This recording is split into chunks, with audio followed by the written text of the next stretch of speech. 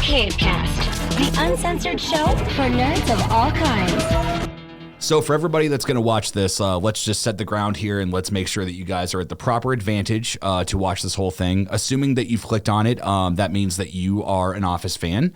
I just recently finished The Office, and Eric has been a super fan for, like, has it been since the beginning of the show, or like when did you come in? No, it was definitely not at the beginning. So truth be told, I did not like The Office. Well, I didn't know I didn't like why that I liked The Office because I don't know how to put that, but yeah. I stayed away from it. Mm-hmm. I guess is the thing is because I saw the previews for it and I was like, no, like fuck no, like this looks stupid. Like I don't know why people are watching this. And one day, I think it was season, I don't know, probably 3. Mm-hmm. Like it was kind of early on, but an ex of mine that I dated for a while, she was an avid fan of it. And one day we were just hanging out and she's like, would you please just watch an episode? And I'm like, fine. And that was it. I was hooked. The humor was unlike anything I'd ever seen before. Right. And I guess going back, like trying to think about the previews, I don't know why I didn't think it was going to be funny.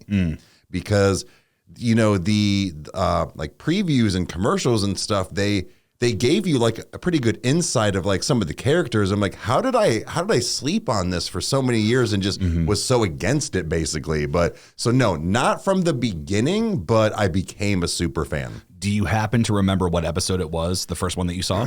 I want to say it was. If not, it's cool. No, I just don't know if it's an easy memory or if it's buried deep. No, because I wanted to say something else, but that was later in the season. So no, I actually don't remember which one it was. But no, like I said, it was probably season 2 or 3 that I watched. She didn't have me watch the first season because she goes, all right, now that you like it, just make it through season 1 and you're good. Right. So yeah. Well, I had been exposed to The Office, I would say a few times here and there, like, you know, when basic cable was a thing, you know. Yeah, like, you were kind of like the sporadic one. Yeah. The episode that I remember to this day, it was one of the Christmas episodes, and it was the Christmas party's going on, and then Michael goes and gets the alcohol, and he's like, hey, is this enough to get 15 people smashed earlier? So he's like, 20 or 15 gallons, half gallons of alcohol. That's a lot, dude.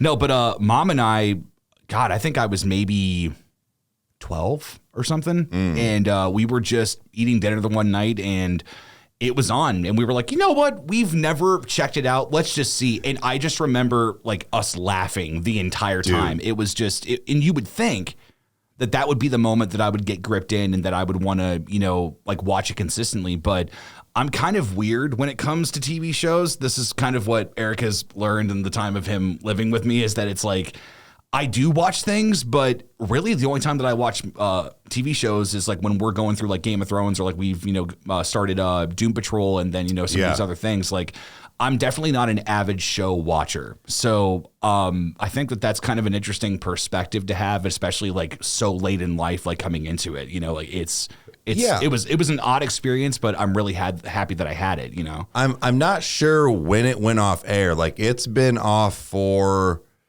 Well, I remember watching the series finale when I lived in Pittsburgh. So it's been at least 7 years. So you started watching it almost a decade after it's been off air. Yeah. And the funny thing is that when I go back, because guys, I'm one of those people that I just throw it on in the background and it's just the noise in the house. But it's a show that you can come in and out of. So I've probably watched it 15 times, no joke. But actually sitting down and watching episode by episode, probably 3 or 4. And would you say that you mainly did that whenever you were watching it with somebody that hadn't seen it? Or did you have a few like stints whenever it was like, no, I watched it by myself and sat down and like, took it in? One was with you and then one was with my ex. Yeah. And then, but watching it the first time, I don't really count that because it was the first time seeing it because I actually caught up with it and then watched the show. I had to wait for it every week. Right. So that fucking sucked. But that was, but like going back and rewatching that and hearing it all the time, the comedy, the one-liners, the script, it holds up to this day. It does. Okay, let's just go ahead and segue into this. Is that if you haven't read the title, this is going to be a spoiler review of, The Office. There's no way that I can talk about the things that affected me and the things that are, so special to me now as a new Office fan. And even then, I still think I'm going to be a casual person with it. Is that I'm not going to like throw it on maybe in the background, and do that kind of a thing. But there's going to be episodes that I'm going to think about and I'm like, I want to watch that again. There's stuff that I want to, relive. So either way, this is a spoiler warning. So if you've not seen The Office and if you don't want it spoiled for you, we're going to kind of get into some specific things. You can't not like even right away. No. So he's right. But that's interesting. This isn't a like repeater for you. No, it's weird because I'm really not that way with TV shows. I'm definitely. How the fuck are we brothers? I don't know. No. Yeah. That's interesting because I joke and say that a lot, but it's like, it's weird because the things that we come together on, usually when I find out you don't really watch comedy movies or TV shows, it fucking baffles me. Yeah. So I tend to be more so into the funny moments in serious films, because I think that's where comedy shines a little better. But Fair. We've also talked about it too, that comedy films are effective because there is a serious tone of something that's going on, like Liar Liar. Like that's that's got a very like him having that a strange relationship, being freshly divorced and everything. Mm-hmm. Like he's unfaithful, he's all these things. But there's comedy in it, and it's the idea of what happens when somebody who thinks they're hot shit is immediately humbled by something that they can't control. Like comedy that's the kind of stuff that I really enjoy, is when comedy is surrounded by very serious things. And The Office has no shortage of any serious moments. It has no shortage of things that are impactful, things that have stayed with me. I guess to kind of like kick it off is when we first started it, because Eric is the main reason why I was watching it, and he was what you said was very similar to what your ex told you was, look, if you can get through the first season, you're good. And I'm not going to lie, I had no problem with the first season as far as like getting through it. The only thing that I have had an issue with The Office, and it's very, very minute because I think that I've been able to kind of grow to love these characters in the way that I do, is that I am not the biggest fan of cringe comedy. Like when someone's trying to sing and they're terrible at it, like I don't find that like funny. I'm like, stop it. Like, this is not cool. Like, dancing and like trying to the invisible juggling, like all that stuff. Like, it's just one of those where it's like everybody in this room is watching him right now. Like, it's like, I kind of feel like Jim in some way where it's like, are you guys serious? Like it's interesting, but The Office kept me even in spite of that. And I got to say that like the first season, while it is drastically different, it's a very competent season of The Office. It stands very much on its own. It does feel like if it was a one-off kind of a thing that it could 100% survive. And to this day, the one thing that makes me laugh the most is when Dwight gets put into the office, it gets put into the room or the meeting room. Yeah. And throws the sandwich, ice cream sandwich. All I kept thinking was, all right, well, he's going to throw it. I'm like, it's going to splatter. And that thing just bounced off of it with a bunk. And I was inconsolable for like a good 5 minutes. Like it was so good. Like there's a lot of awkward moments that happen in the first season, but it's cool, and especially the way that you've said it, and you've said it many times, was that it was like the idea of, dude, just stick it out. See where these characters end up. See why all these things were happening. Yeah. And what I loved was that you never spoiled anything, but you told me a few times, you were like, look, you have to remember a show is being made. Yeah. And that never really clicked for me that would be another plot point that's going on that comes up. I mean, we're going to get there, but like comes up much later in the show. Right. And so all that being said is that the first season is just great. Like it's hysterical. I like it. Yeah. They add, there's a thing that goes around. It's like, what kind of an Office fan are you? Are you a real Office fan? Or are you like a fake? It's like, do you when you rewatch it, do you go from season one and do you keep going after Michael is gone? Right. And the answer is yes for me. Like, I don't always start it at season 1, but I thoroughly enjoy season 1. Right. So like the whole time my ex was having me go through it, I'm thinking, what do you mean stick it out just like you? I'm like, this is fucking funny. Yes. So it was the fact I didn't realize the dry humor that was going to be involved with the show. Mm-hmm. So I guess that's maybe what threw me off as far as like what this was. I'm like, this is like a weird planned reality show that's a planned reality show that you're watching. Yeah. And so I didn't understand. But again, going back through with that cringe comedy, I'm not big on that either for the most part. Most of the things in it were really good. I do know, just speaking of that, apparently, what's his face? Steve Carell's parents refused to watch the show for like, I don't know if it was forever or if it was for a certain amount of seasons, because they were like, that's not my son. Yeah. Because he's so believable. Mm-hmm.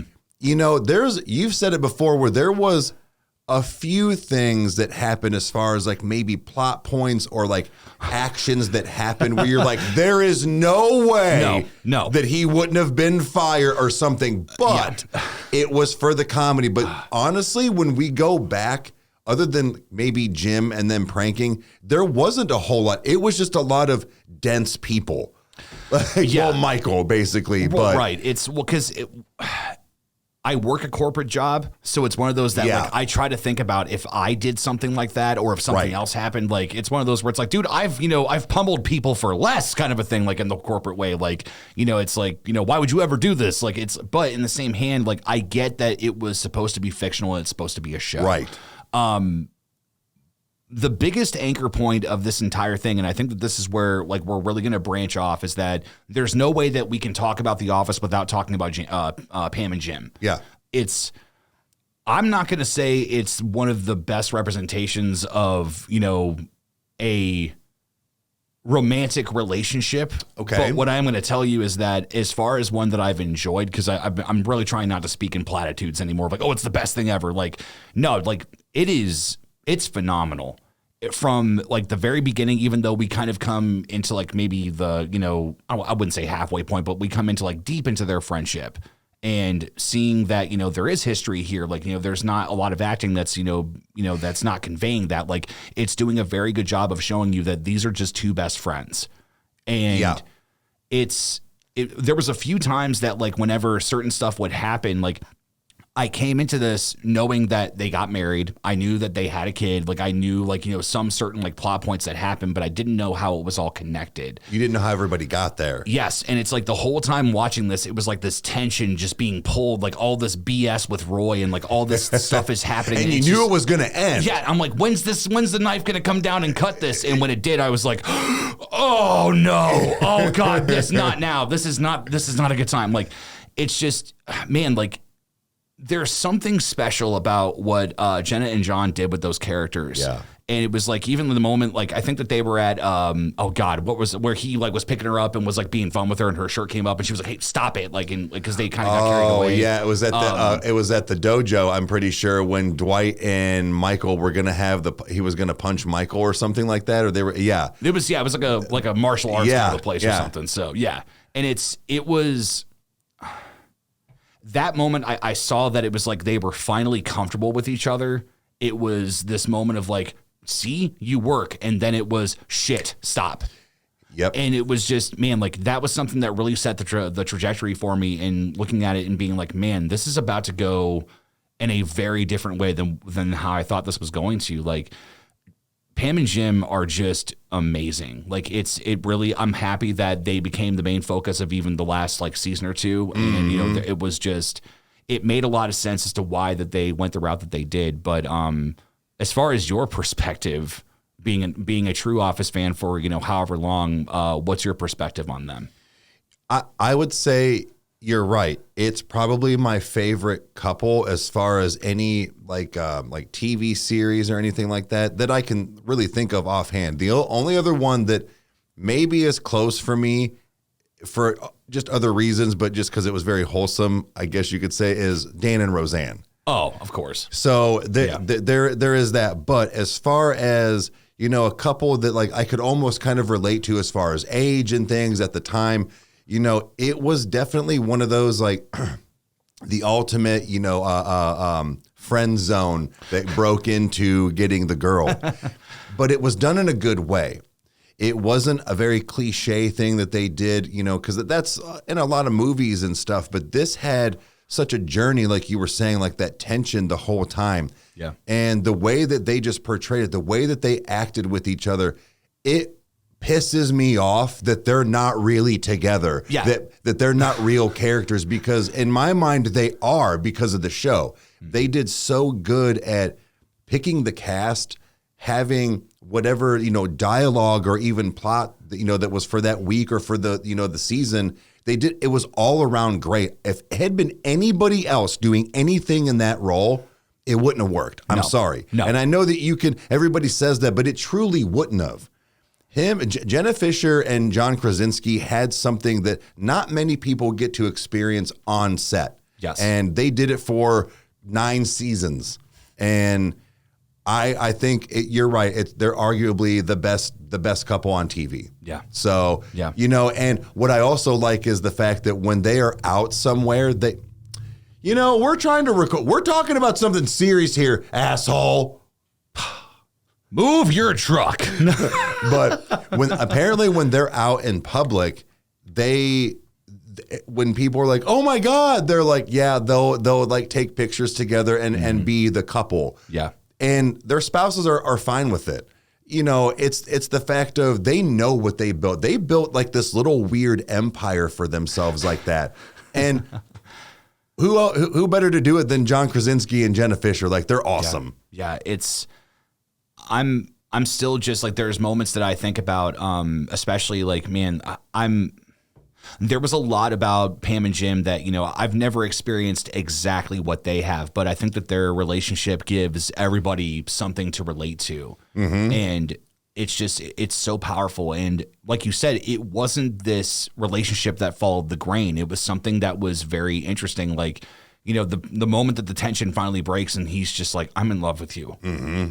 Mm-hmm. And I know this is terrible for me to say right now. I'm butchering it, but it's just like going into like knowing how they shot their first kiss, and like they shot it almost like it was an intimate scene. Like everybody was offset. They shot from far away. Like, they were able to just act like they knew that this was important. They knew that this was going to become a foundational thing that was going to build the show from this point on. And it's incredible. I love the moments of like, him buying his parents' house, and he's like, "I know I didn't ask you." He's like, "I'm sorry." Like, but he's like, I wanted to do this for you. And the fact that she was just okay with it. Mm-hmm. And, moving on later when, Jim is, trying to start his own business, but, you realize that it's like, she is cool, but Pam's got a limit, man. She does. And it was their relationship wasn't perfect. And I think that that's what made me appreciate them more, was that they did go through it. Like, what was the boom guy's name? The boom operator. I'm blanking. I forget now, yes. But yeah. Yeah. Paul. I thought, was it Paul? No, yeah. It was. Well, look it up. All right. But like when he was introduced, I was kind of like, okay, like I think I know where this is going and like what's going to happen. And it kind of was, but it defied it enough that it wasn't a problem. So it's certain things shouldn't have worked and they did. So I'm happy that their relationship was one of the best parts of the show, if not the best part of the show. But I think it does say, in The Office played by Paul. Oh, okay. So yeah, maybe he was Paul. So yeah, but either way, there's a lot that, so having their relationship be not perfect was awesome. Yeah. I liked the fact that when they would show kind of not weaknesses, but their little things, because for the most part they were a perfect couple. They were a fire duo. Yeah. But you still have problems, like you said. It was nice to see them that they weren't yelling at each other. They weren't right. Storming off and maybe texting somebody. Like, it was never like that. It was, they're mad. They're going to separate for a minute. They're going to calmly talk this out, and then they're going to go back to being who they were. Yeah. You know, it was nice to see that, because there's always this like stigma that the perfect couple is not the perfect couple behind closed doors. So I don't know. It was, to me, that always stuck out as well. Yeah. But the fact that, they were just a power couple, man. And whether they were fictional or not, it was still awesome.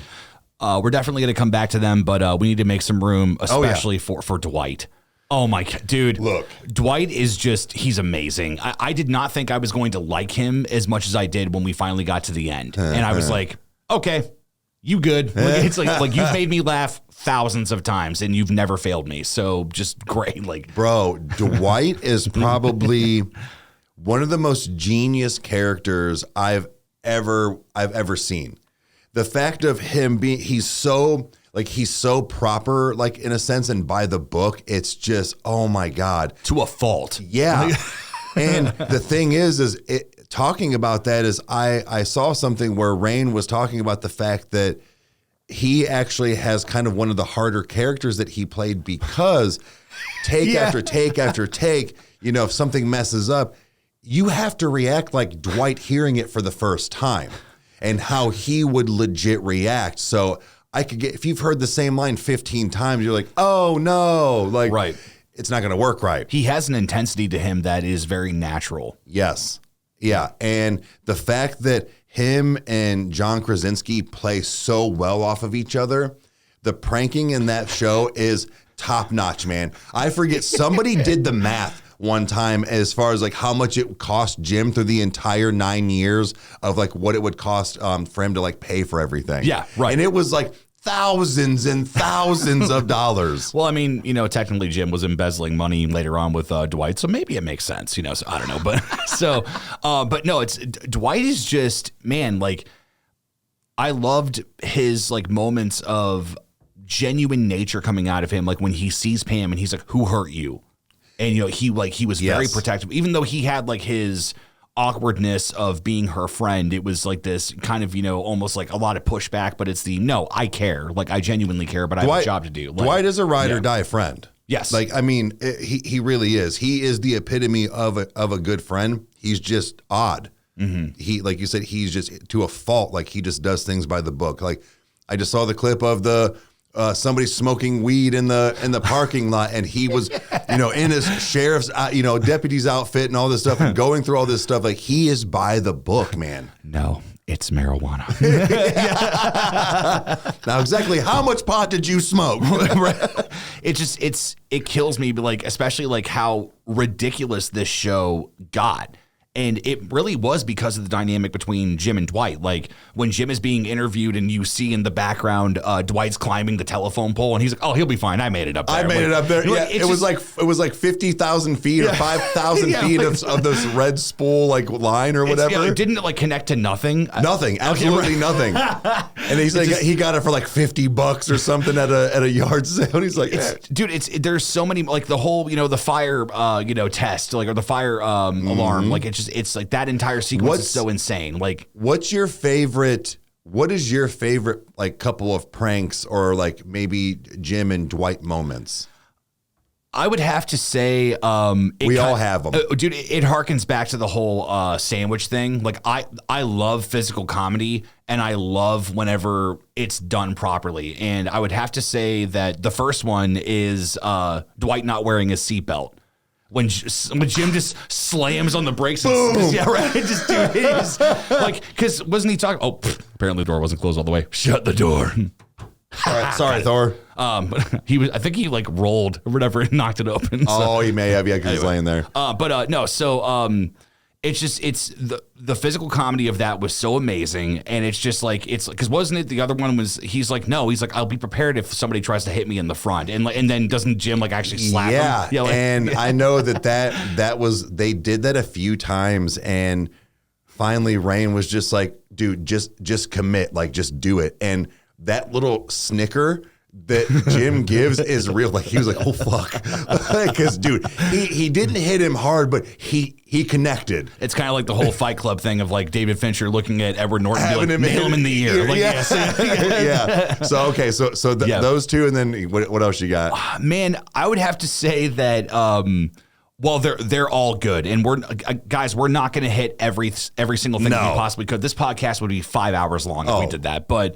I have to say that bathroom desk is dude, it is so good. It's just like the fact that he immediately goes into work mode like, Jim, I've said this to you 4 times. Like it's just like he's warmer, colder, hot. You are so hot right now. Like it's like that was.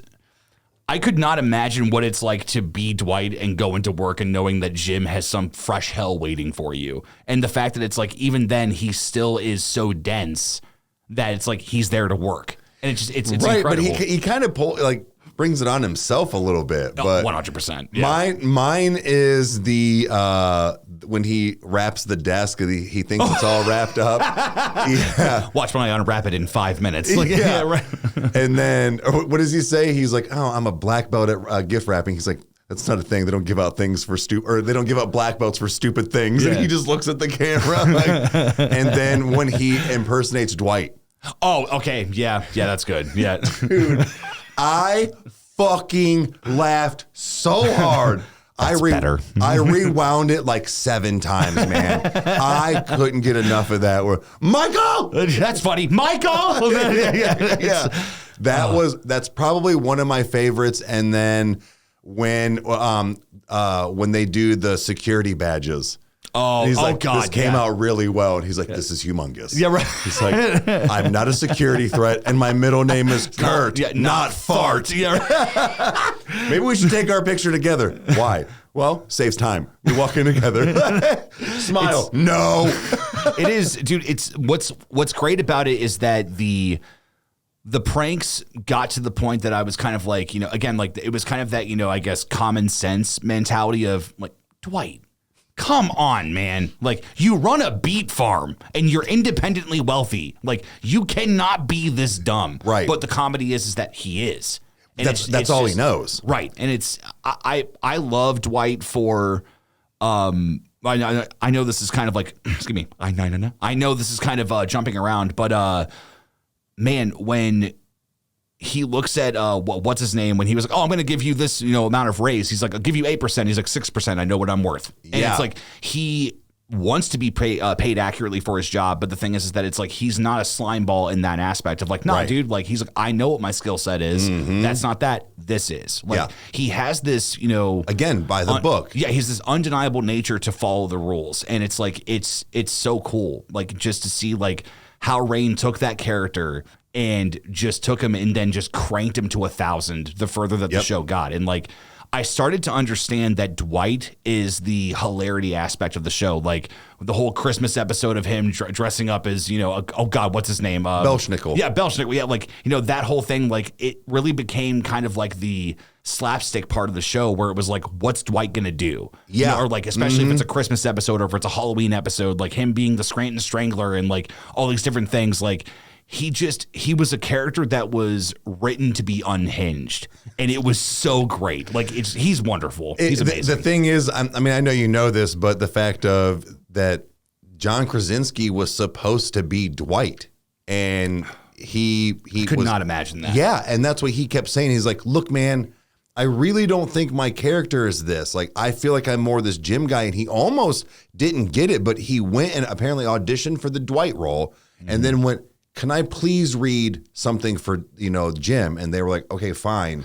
And that's how he got it. Yeah. So, dude, him being Dwight, he could have done it. He could have done it. He's very talented. It wouldn't have been the same. No, it's Rain almost, and Rain, I mean, no offense if you do ever see this, but he kind of has this look to him that he fits it so well. Yes. Like I could not see him being a Jim. I could not see him being a Michael. Like he has this aura about him and the way that he talks and the way that he, moves his face or does certain things. Like it is very specific that yes, this is the role that you were literally born for and you are knocking it out of the park. It's amazing. Well, and so to even get off of those main characters, because we could talk about them all day. Let's hit some small ones, or what do you got? Yeah. It's the fact of all of the roles, like I touched on earlier, is they were all cast very well. And even though, and like I told you, I was like, the side characters, yes, it is these, major characters right here, or some people that come in, but these side characters, they actually become more of a main focus the further you get. Like you start to learn more about them. They're becoming more of the episodes.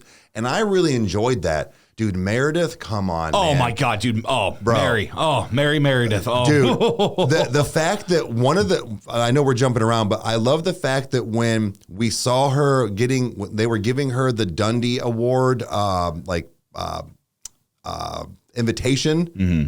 And she's like, oh, caught me walking home, walk of shame. You just think she's being like kind of a hoe. Right. But then you find out at the end of the show where she's like, I'm kind of pissed that I was going to college for like the last 5 years and they didn't say anything about that. She was coming home from a party. Yes. So she was doing the walk of shame, but nobody knew that. And like, you have to kind of like piece that together, and good for fucking her, man. Yeah. Well, especially like, again, it's, even the physicality of her was different at the end of the show. You could tell she was put together. She was sleeping enough. Like she pursued what she wanted to. And I think that this is probably a good way to like go through all the side characters, is that ending culmination of all the characters that are together. Like the fact that Kevin is he is the sweetest, just amazing. Well. How many wells was that?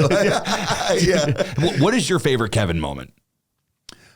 Oh, man. I can't. Besides the chili. If you, right, but because that's a given. Oh, no. What's a thought that comes to you? Or what lives rent-free in your brain? When I'm pulling back because when he is to man the front desk. Oh, God. And it's Daryl's girl that comes in, and he's like trying to answer the phones, and he's like, I'm not supposed to. And he's just like, Daryl, a girl.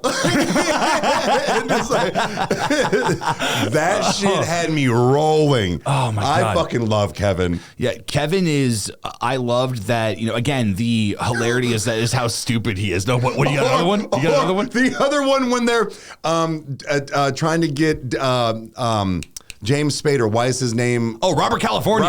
Robert California's thing. And he's like, we need something to happen if he's coming in. And he's like, warning. Like, dude. Oh, God. I love Kevin's relationship with Oscar. I love Oscar. They are such buddies. Just and like even the whole surge protector. Yeah, well, they stole my surge protector. Like, I'll now be prone to surges. It's like, or when he drops the gay joke when he comes back. But it was a very good moment between the two of them. So it was like Kevin never once like ratted him out on that. No, ever. And the fact of, are you talking about with him and the senator? And he's like, I kept the secret. Me. Well, yeah, but that was like, but also like the fact that he was that Oscar was gay. He never once like made fun of him for it. When he came back and was like, how was your gaycation? He's like, funny. He's like, how long did it take you? He's like 2 seconds after you left. They just fist bumped, man. Yeah. And that was their relationship was really special because they were truly just buddies. Yes. And and they worked together, and they just, or when Oscar's sitting there telling him, he's like, all right, what's 13 pies plus 27 pies? And he just keeps getting everything correct. And then he goes, all right, 10 divided by 4. He's like, it just doesn't work. No, because he can only do it in pie math. Dude, Kevin is he is such an innocent character. Yes. And he genuinely loves and cares about everybody so much. Like, I don't remember what the moment was, but they were basically trying to deflect, and Kevin was the only one that was like, no, this is not okay. Like, it's, and just him being like, the only one that was truly down to earth, even though he was airheaded. When he called out the senator about having Angela and Oscar there, and he's like, you should be ashamed. He's like, great party though. Like, yeah, right. Yeah. The chili thing is amazing. I love the fact that he ended up owning the bar from the success of the show, and the fact that it was just, he never he never once lost who he was in the entire process. Now, again, I wouldn't say that he never changed because these characters changed a lot. All these characters developed very, very well. That's what I was saying to you. I was like, just wait, man. Like, it's going to be more of like some of these side characters that you're just seeing in the background. Like, it gets so good. Yes. And I think that the other ones to hit is that dude, Stanley.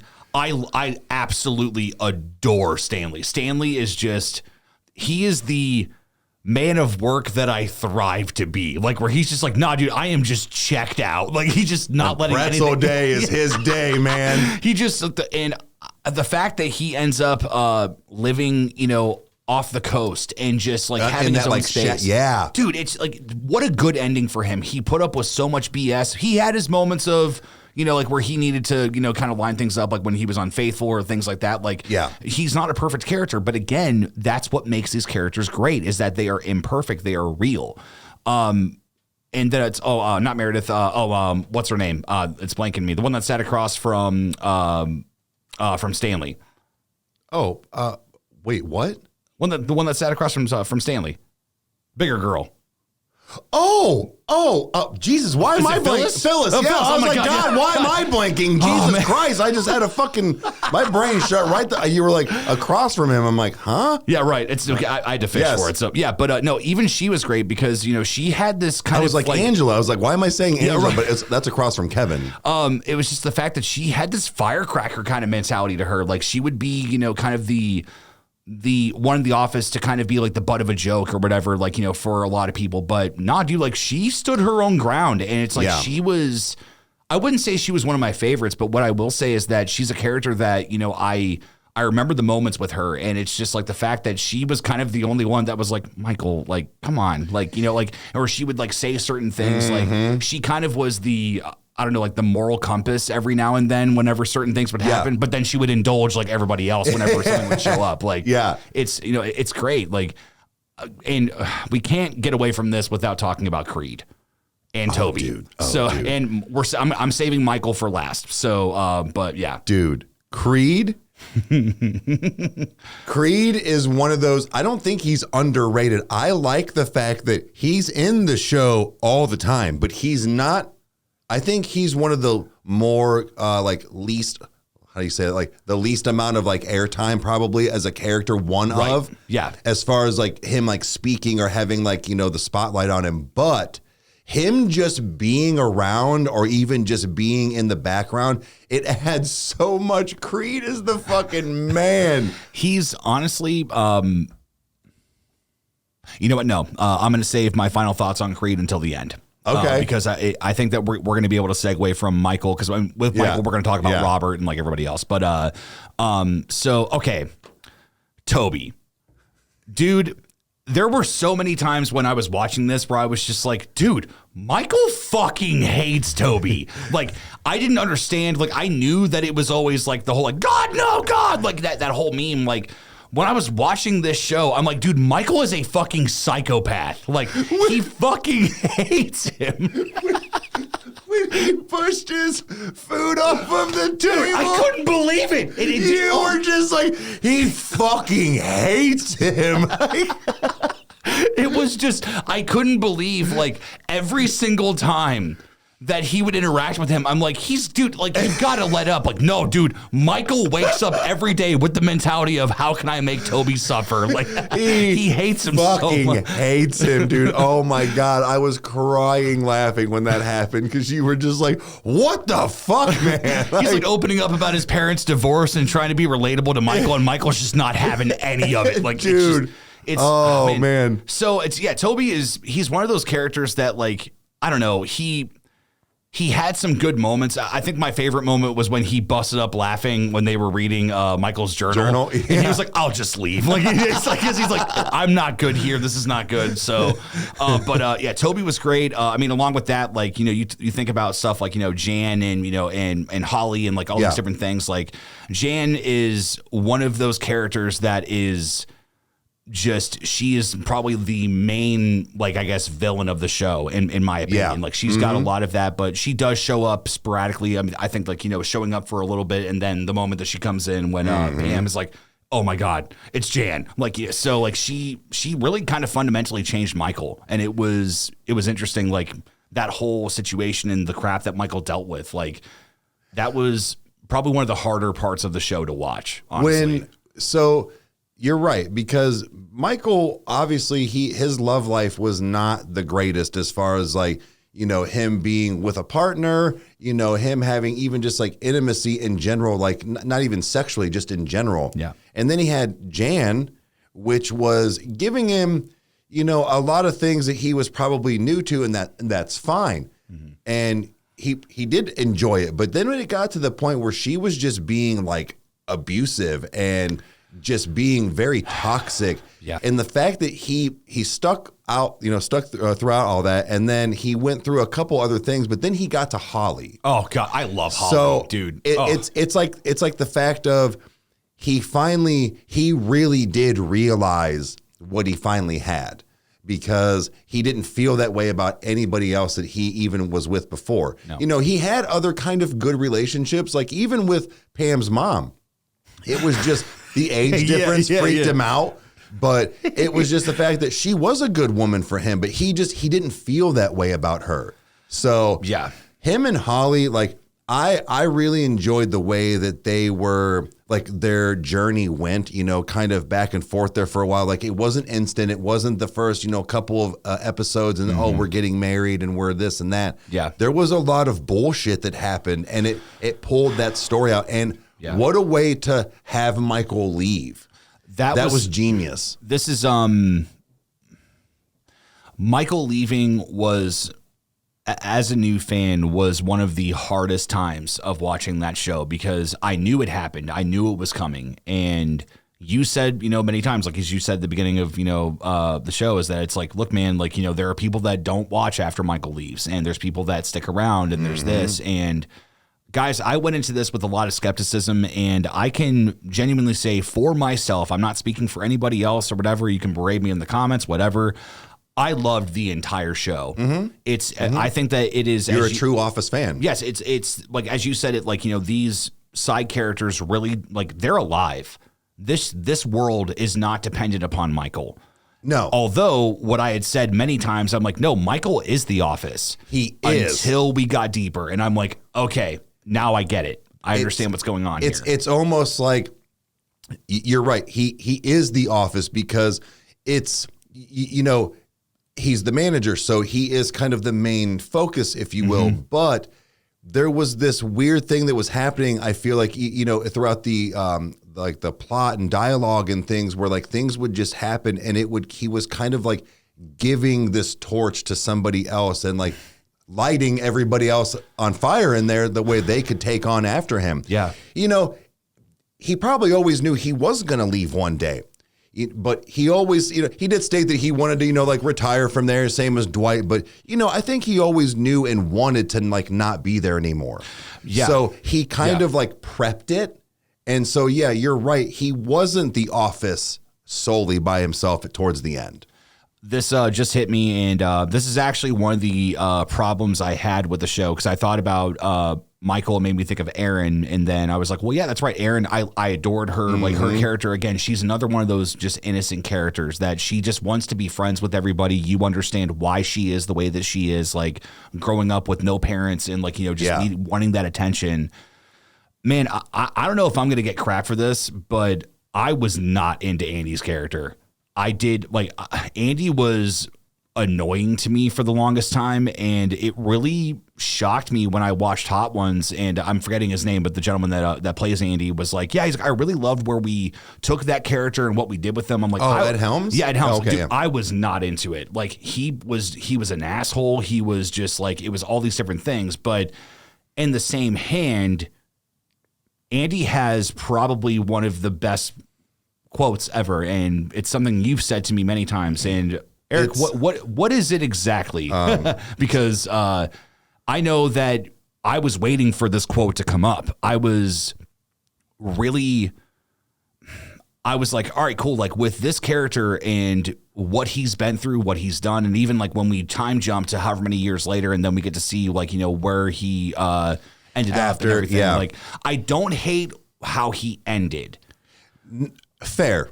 But Andy's a character where it's just like, okay, like I was happy when he was on the boat. Like, I'm not going to lie. Like, I was happy when he was gone. I think he was filming Hangover 2 or something when he while he was gone. But no, the quote is, and this gets to me every time, is I don't know why, but it just, I wish there was a way to know you were in the good old days before you actually left them.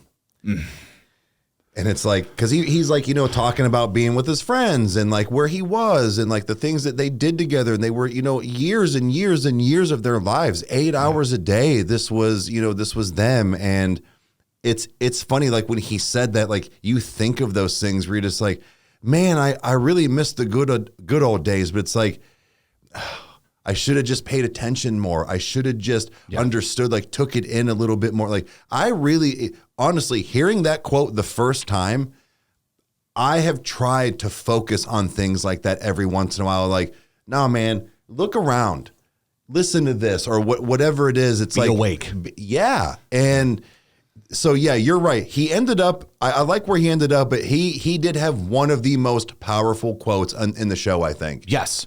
So his character was, I mean, again, like it's, he had some good moments here and there. Like I loved when we did get to see where he came from because yes, it did make sense as to why he is the way that he is. Like it's sure. Nobody wants to be put in that situation. So like, I can't say that I would react differently or would, be unlike him or like him, if I was in the same situation. But, man, like it just, the multitude of characters, like even then it's like they won me back with Andy in the end. And just through everything, like especially like, Robert California with James Spader, like I'm a James Spader fanboy. So anything that he does, I'm going to be there for. And people don't like him as Robert California. I loved him. Oh, he was great. Dude, I thought that it was definitely a transitional period. The writers probably didn't know what the hell they were going to do. They tried some things because, Will Ferrell was only there for a little bit and his character was just the stereotypical, just dick boss. I actually quite enjoyed his stint. I know that I am kind of a Will Ferrell fan, but I actually liked what they did with him. Like you said, yeah, almost like that dickhead boss, but he was trying to, it was funny because he had good intentions on like, no, I'm the boss now. Like, this is how I'm going to run things. And I'm not Michael. Yes. Yeah. And so there was that little bit of like aspect of it, but at the same time, it was funny. And I knew that he probably wasn't going to be there for a long time. So I was like, all right, they're just kind of giving us a little flavor here. Yeah. And I think he was a pretty good choice. Probably a few other people I would have picked as well, but Will Ferrell I thought was pretty solid. It was the same for a lot of people where you either really enjoyed him being there or you didn't like him. Right. And it's what's cool about this is that I think that that's one of the better parts of the show is that we got to see a lot of cameos, like the fact that Jim Carrey shows up, Jack Black shows up. Yeah. It's a Ray Romano. It's Kathy Bates. Like it's just all these characters like out of nowhere.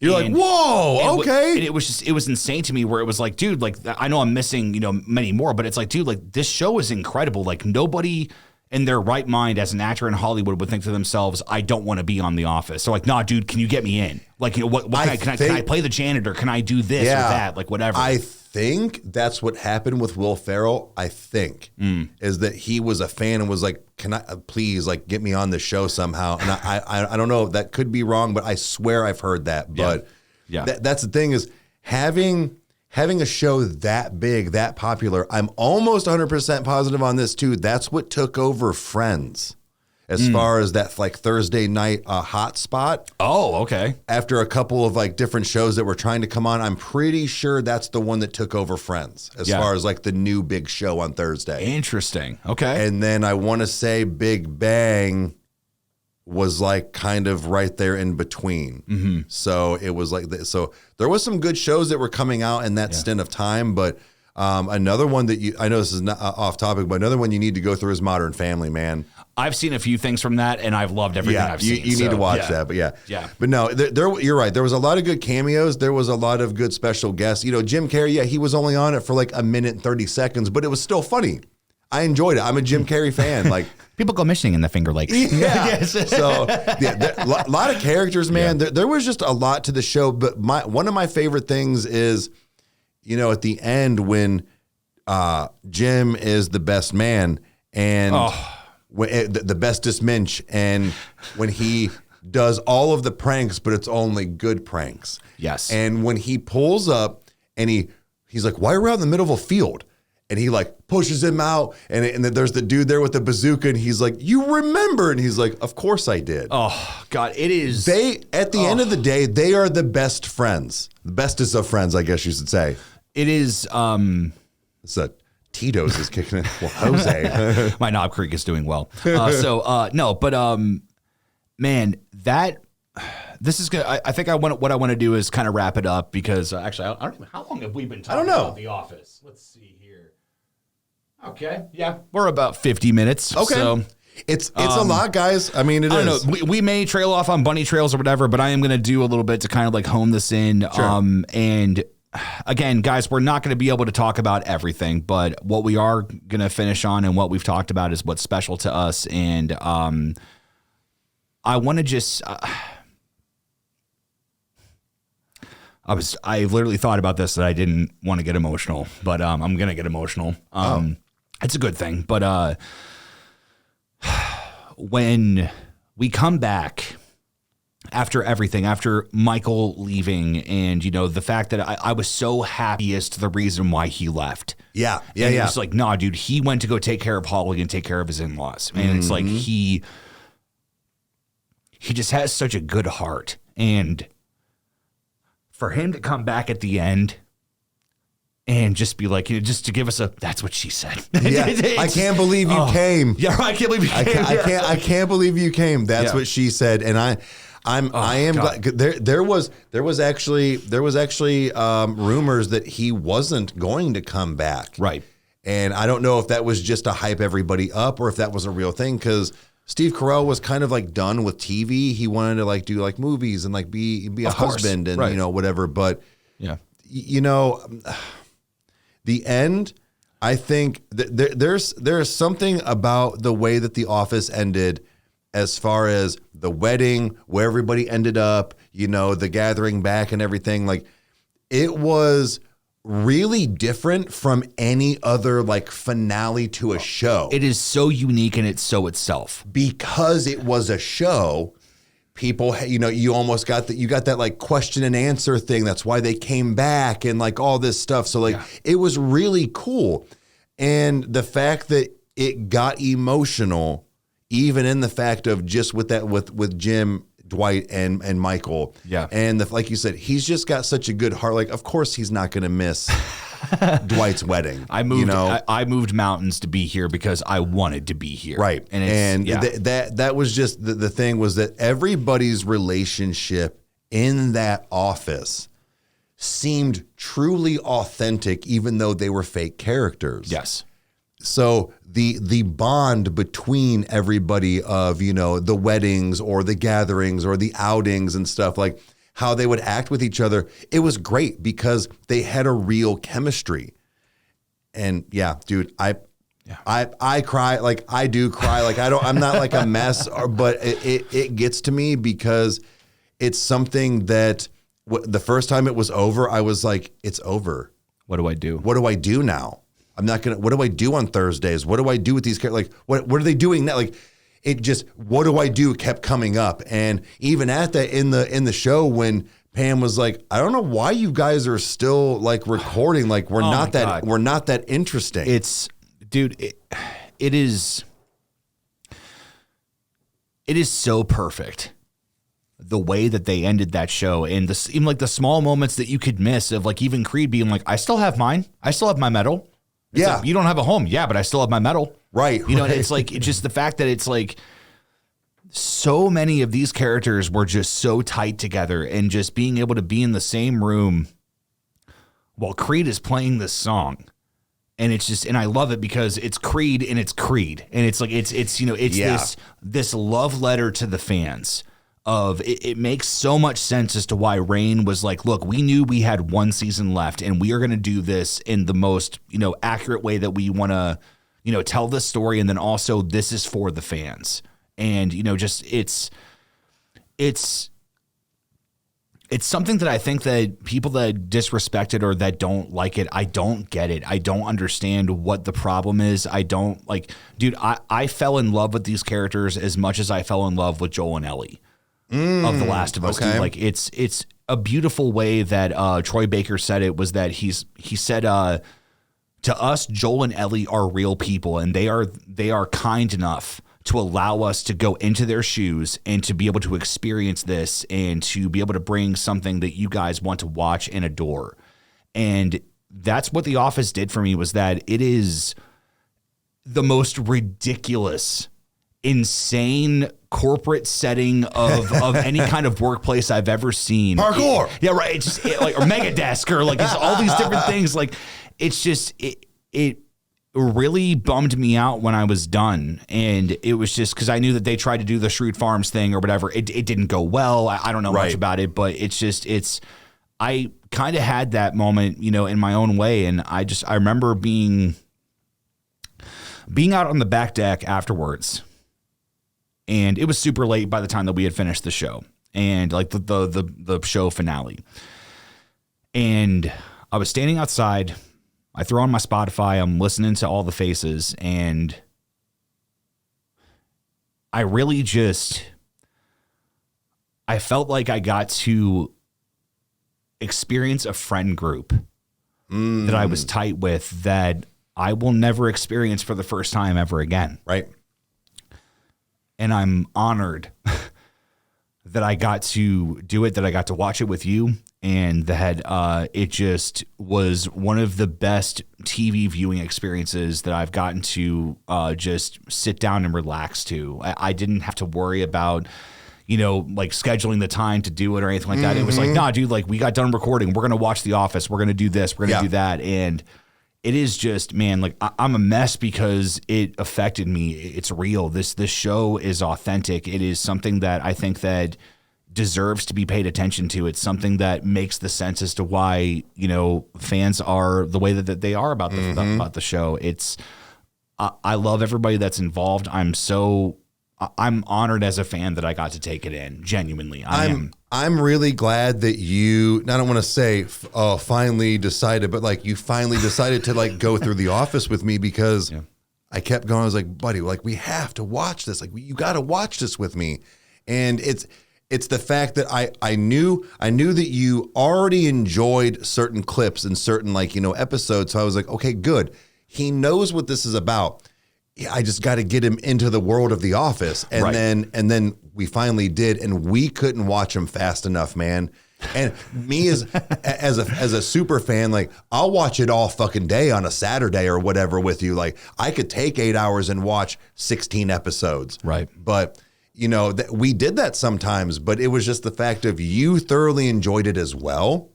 And I like it so much that my old lady got me the Office Lego set that we put together. Dude, it is baller. Oh my God. It's awesome. It's awesome. Yeah. But dude, I'm so glad that you finally got through it. I'm glad that we finally talked about it a little bit. I know that we didn't get to touch on everything. That's what she said. Had to throw one in there. Of course. But no, this was something that was long overdue. I think the podcast was a great place to do it. And if they want us to talk more about it, we can in the future. This is not the only time. It was just, there's a lot, like you said, there's a lot to cover, because we could have been here for 4 or 5 more hours just talking about this. Yeah. Yeah. And definitely. Not tonight. I got things to do. I got Call of Duty to play. Yeah, we have lives. So no, but guys, if you've made it this far, we really appreciate it. Again, we make this show just to be, a conversation between brothers and a conversation between people. And that's just what this has been. This is how we've taken this in. This is how it's affected me. This is how it's affected you. And man, I don't know, I may jump into the Office thing, again, but I don't know. It's something that I kind of look back and it's no, it's special to me because I experienced it once. Sure. And it's, but there are going to be some things I'm going to want to relive and to like for Christmas, watch Christmas episodes, or like, Yeah. different things like that. I go to sleep to it, man. Like it's one of those for me too. It's really nice to be able to watch just funny compilations now because nothing's going to get ruined for me. That is very true. Or bloopers or something. Right. But between that and like Big Bang Theory, those are the two that I kind of have been cycling through the most over the last couple of years. When I want to like throw on a sitcom or something. But Office is always one of them. Big Bang is a strong second. So yeah. All right, Eric. Do you have anything that you want to say to the audience before we sign off tonight? Bears beats Battlestar Galactica. Cheers. Thanks for being here with us, guys. We appreciate you.